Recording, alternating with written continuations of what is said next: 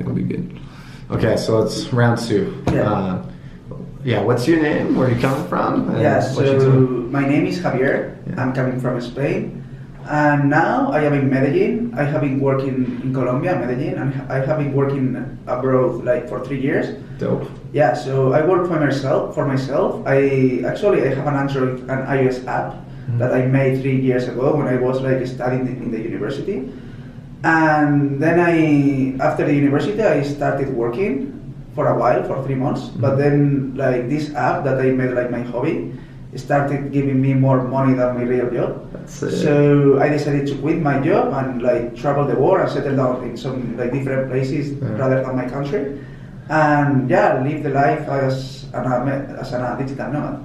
Wow, that's dope. What app was it? It's like one app about the speed cameras. It's very common in Europe. Like it's like a map where you have the location of the speed cameras. You know these things that when you are driving very fast, like a flash. So yeah, it's like a map where users can put the location of the speed cameras, and it has like a navigation. They can rate the speed cameras, reviews. You know, it has like around 2.5 million downloads. Wow, that's it's a lot. You know, so it's like 3 years of work. You know, so and that's all. I have been living on this app for 3 years, and actually I'm living still of it now. Wow, that's sick. That's awesome. It's like everyone's dream, Yeah. And what, like, in the last 3 years you've been traveling, like, what have been some of your favorite places you've been to? Maybe favorite cities, experiences? Well, I have only done 2 long-term trips. The first one was last year, and I moved to Asia for 6 months. Wow. It was like my first experience like a digital nomad because I was very scared of going there. It was like a different language, like a very different culture. But then my first country was Australia, and it was completely amazing, you know, because you go there, you meet like so many solo travelers, so many digital nomads. Like, I said Australia, or I said, oh, sorry man, I did a mistake. It was Thailand, you know. Oh, dude, I went to Thailand last year too. Yeah, shit, maybe you can take this out. It's sick. You're good. No, so I'm gonna start again. So my first trip was, like my first country was Thailand, and it was very nice because it was like full of solo travelers. It was full of co-working spaces, places where you didn't even need a co-working space. You could like travel like in a cafe or something like that. I met like a lot of friends, like a lot of people that were working on websites, like programmers, developers, apps developers, everything. And it was amazing. Actually, my plan was to stay only 1 month, and then I ended up staying like for 6 months, like traveling Asia, like all over the continent. That's awesome. Yeah. What part of Thailand were you in? I started in Bangkok, and I was in Thailand for 1 month. So I did basically the route that everyone does, like it's like going north to Chiang Mai, and then going south, if I remember, to Phi Phi Islands, and then go Tao, and then Krabi, I think. And then I moved to Malaysia, Singapore, Cambodia, Vietnam. I stayed like also a month in Bali, in Indonesia. That's awesome. Wow. And do you have a favorite country, or were all them unique in their own ways? I really like, for me, a country that is my favorite, it will be a country that I could live there for like a couple of years. And I think Thailand maybe, or maybe Indonesia, because the other countries were very nice. But it's like very nice to see, maybe to spend like 1 month, maybe a few weeks. But it's not like a place where I would like to live, you know, or where I would like to settle down, like for some time. I was actually talking with someone the other day about Thailand. Like, I could easily see myself living there. So there's plenty of expats, people from around the world there. Yeah, but you can see yourself living for maybe a couple of years. Do you think the whole life? Not the whole life. I don't think so. It's just no matter what, that cultural barrier will always be there. So I feel like no matter how hard I try, I won't be 100% like within the society. You know, I'll always be like a bit of an outsider in a way. But I think that's because of language, you know. Like unless I learn Thai, maybe I'll get a Thai girlfriend. Unless I do all those things, then maybe I'll feel more like more like into the culture, you know. But for a couple of years, that'll be awesome. You know? And you know, you've been I'm guessing you've been at a lot of co-working spaces in the last couple of years? Or? Well, actually, I have only been to two. Two. One when I was in Bali, and this one here. Because what I do basically is like, most of the time, I work like on cafes or something. I don't really need a co-working. And but now I needed to work like very hard, because I have a deadline. So I said, okay, let's go to a co-working.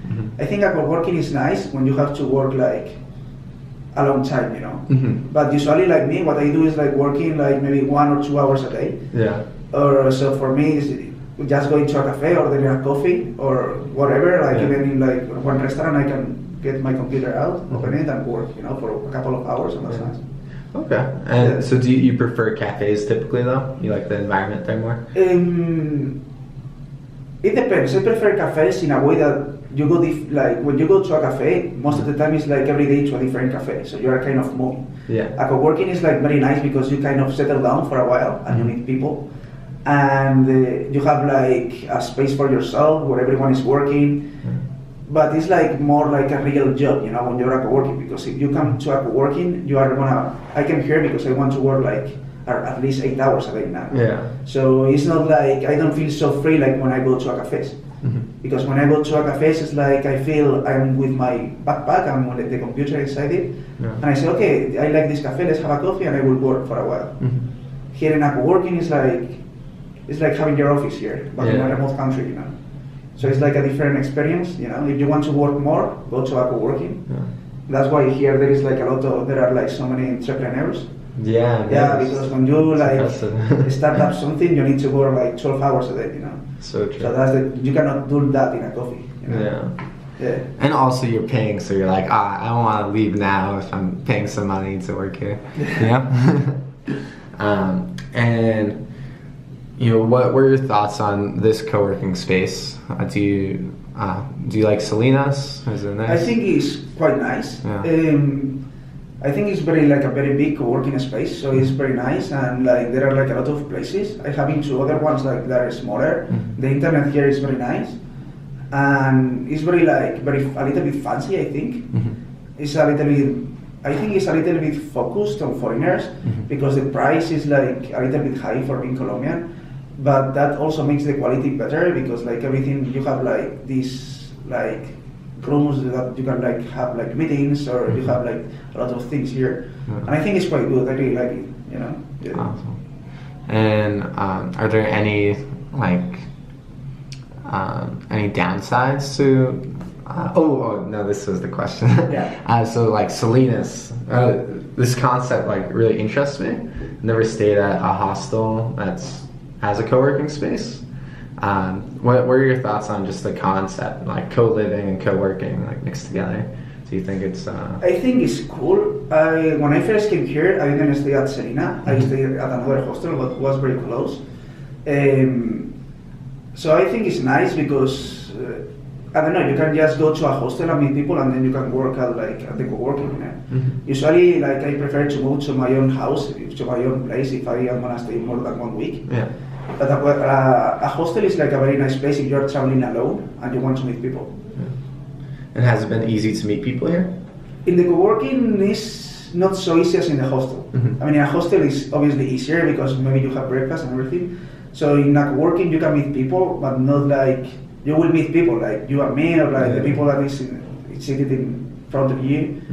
And it's easy also in the way that everyone is doing. Most of the people that are here are doing like something related with the internet. So they are like developers, like web designers, so it's very easy to have like a conversation, For sure. And are there? I don't know this personally, but are there events going on like during the week to meet people and stuff like that? Is there like a social aspect to it? I don't know about here. I think in other co-workings they are. Like every Friday or something, or Thursday. I have been, for example, when I was living in Madrid, I used to go to a co-working, and it was like, maybe it was different because it was a Google co-working. It was called Google Campus, so every day there were like events, but like 2 or 3, like it was like even free yoga in the morning, like then some workshops. More like half of them were free and half of them were like you had to pay. But on that things, it was like very easy to meet people. I think in this Selena, I didn't see any kind of event, so but I'm not so sure. Yeah. You know, but it depends on the co-working. They might organize something. Gotcha. Yeah. Very cool. And are you happy with your current digital nomad lifestyle? Would you ever go back to the 9 to 5 job? Yeah. Well, right now I'm very happy. Actually, when I decided to quit my job in Spain, everyone, like even my family and friends, they thought that I was crazy and I was like totally insane, you know. And yeah, because at that time, like everything was like very new. It was not really rolling up, rolling on. But now, like after 3 years, I think like most of my friends, they told me that they kind of are jealous of me because I can like work whatever I want, do whatever I want. Actually, I don't have any employer. I don't have any employer. How do you say? Yeah, you're self-employed. Yeah, I don't have anyone working for me, so I do everything for myself. And yeah, some like now what I see like my friends working on like 9 hours a day for 5 times a week, and they cannot really when we want to go on holidays, they need to ask for vacations and for everything. Is like I prefer my way of living. My way of life, you know. Yeah, I'm very happy right now actually. That's sick. Yeah. And this is actually the first question. You could answer it or not. But what's been in the past year, 6 months, whatever? What's been one of your most memorable moments? Something I think remember? Yeah, the most memorable moment it was when I first got to Mexico from Spain, because I went to Cancun actually, and I had like I didn't really work there because it was like the first place of my trip, so it was like, okay, I'm gonna just enjoy it. And I made like a lot of friends. I had like such a good time. It was like I even met like a girl, like we were seeing each other for a while, and it was like very, very nice, you know. I think I have spoke with a lot of digital nomads, and most of them I realized that they like the first country they visit when they go out of their own country. Really? Yeah. Interesting. Maybe because it was like because after traveling, I have been traveling from Mexico down to Colombia. So everything gets like a little bit like a loop, you know. You see like different things, but they are quite similar. You see mountains, you see cities. So the first one that you probably will fall in love with is like the first country, you know. I could see that. Yeah, because it's like you go to a different place, everything is different, the language and everything. Yeah. Yeah, I was like, I don't know whether that's the case with me in Colombia, but Colombia was my first South American country. Yeah. I fell in love with it. Like I want to live here at some point, really badly. Yeah, Colombia is quite nice. I love it. I heard Mexico's sick though. Yeah. Every traveler I talk to that went to Mexico, really nice, everyone says amazing things. I've been to Mexico City. I liked it. It was nice. It was very nice. Well, dude, thank you so much.